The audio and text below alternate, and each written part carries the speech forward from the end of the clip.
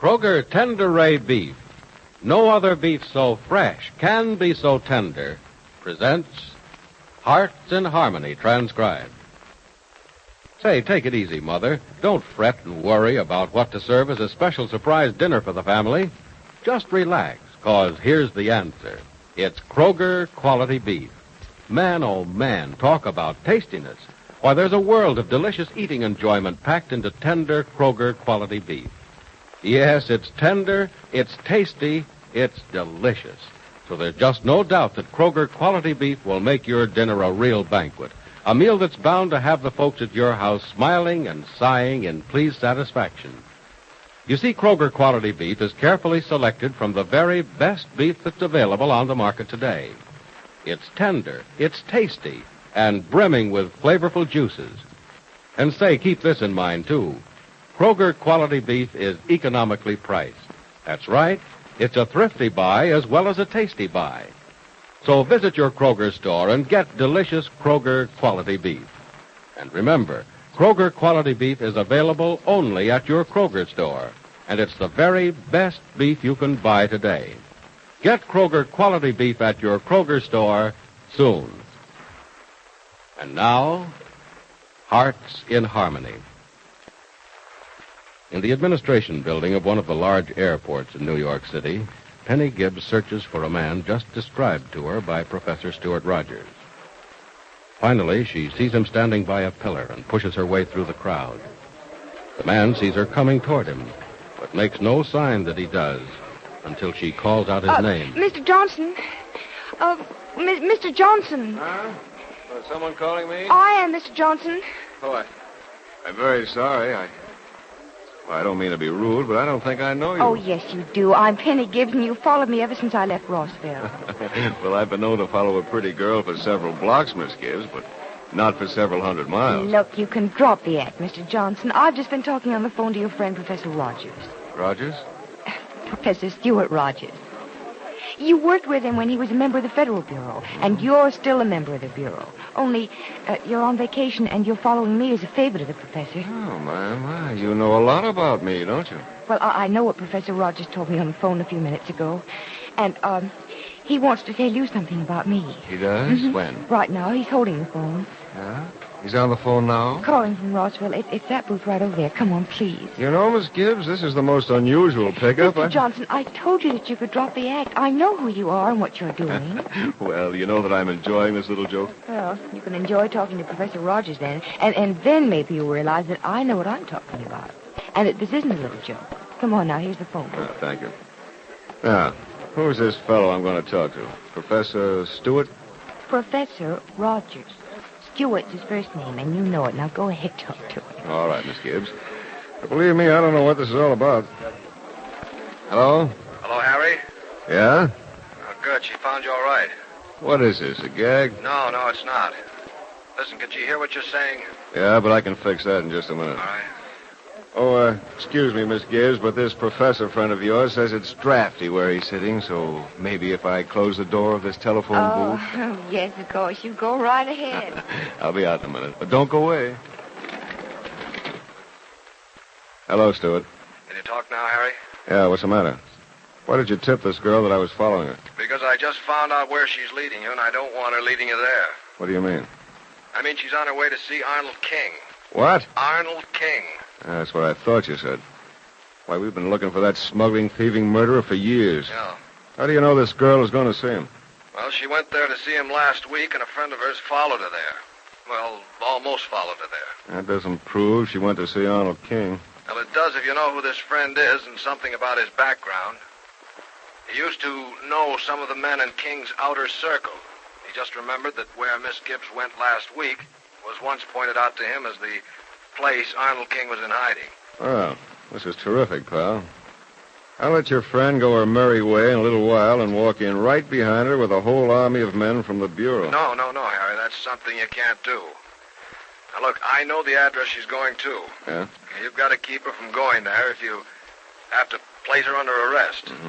Or let her go there first and then get out before you and the boys close in. All right, give me the address. That's all I want. Now, wait a minute. You've got to protect Miss Gibbs. Don't worry. You give me the address, and I'll keep her away from it. Well, You won't let her go there first alone. Nothing doing. All right. The government wants Arnold King. And object number one is to get him. Fast. Now, what's that address? It's 11 River Street. 11 River Street, huh? That's right. Thanks. Now, wait a minute, Harry. That's a blind. It's an empty house. The King is actually in the house to the left or the right of it. Well, I could guess that much, pal. Yeah. We'll close in on that guy from 50 sides at once. He won't get away. Now that we know where he is... Oh, thanks, Stuart. Thanks a lot. Yeah. Wait a minute, though. What about Miss Gibbs? No, don't worry about her. I'll put her on a plane back to Rossville. Well, she does have some kind of important business with King. Not as important as mine. So long, Stuart. See you. Well, Miss Gibbs, I have some news for you. You are going to admit that you're Mr. Johnson, a federal agent, aren't you? Uh-huh. And I'm going to put you on a plane that'll take you right back to Rossville, too. No, you're not. Ah, but I am. I'm very sorry, but I came to New York on business. And I am going to see Mr. Arnold King for you, You Miss are Gibbs. not going... Where did you get that name? Our mutual friend, the professor. He was only being fair. He gave you a name, mine. So I guess he thought he ought to give me one, too. But how did he... How did he know you're on your way to see Arnold King? Well, he didn't until a friend of yours told Yes, him. but no one knew. I never told It anybody. seems that among your friends you have one with a, well, shall we say, colorful past. He just suddenly remembered something he knew about River Street. And that something he suddenly remembered was Arnold King. You even know where I was going. Hmm? I know who remembered it, too. It was Freddie. Huh? He said there was something he used to know about that street, and I was hoping he wouldn't remember. Well, you should be glad he did, Miss Gibbs. Do you know what would have happened to you if you'd gone to see him this afternoon and I'd been close behind you? I have a rough idea. Rough is a well-chosen word, too. Now, come on. We'll find out about planes back to Rossville, and then I've got to get hold of the local bureau. No, look, Mr. Johnson, I'd like you to listen to me. Oh, wait, I've listened to you after we found out about the planes, and I've called my local office. Yeah, but why are you going to call your office? Why? Don't you know who Arnold King is? I imagine he has a rather long police record. He has a long record of escapes from the police and the Federal Bureau. Among the items he's wanted for is murder. At least 10 times. Now, you don't want us to go looking for him for yours, do you, Miss Gibbs? No, I don't, but there's something I do want you to do. What? I want you to wait 2 or 3 hours before you call your office. Why? So that I can go see Mr. King and finish my business with him. Oh, I'm sorry, Miss Gibbs, but that's impossible. Why is it impossible? Because a lot can happen in 2 or 3 hours. How do I know what your business with King is? It may be that he'll move out after finishing it. Look, it's nothing very big. It's a personal thing. It's a small transaction. You want me to believe you have a personal business with Arnold King? Well, now, what other kind of business would I have with him? Oh, that's a thought. You aren't interested in smuggled diamonds, are you? I don't imagine you want anyone killed. Or do you? Mr. Johnson, will you be serious? I must see Mr. King this afternoon. Look, somebody's life depends on it. Hey, what is this? I'll tell you. I'll tell you the whole thing from start to finish if you'll promise to hold off reporting to your office until I have seen him. I can't promise anything, But I Miss know Gibbs. you'll do it when you hear why I want to see Mr. King and why I have to see him alone and why I have to do it this afternoon. Well, if you're so sure, go ahead and tell me. But I can't promise it'll make any difference in my plans. Well, I'll try and make it make a difference. It all began a long time ago, before I came into the picture. It seems that a very nice but a very foolish young man decided that he's very...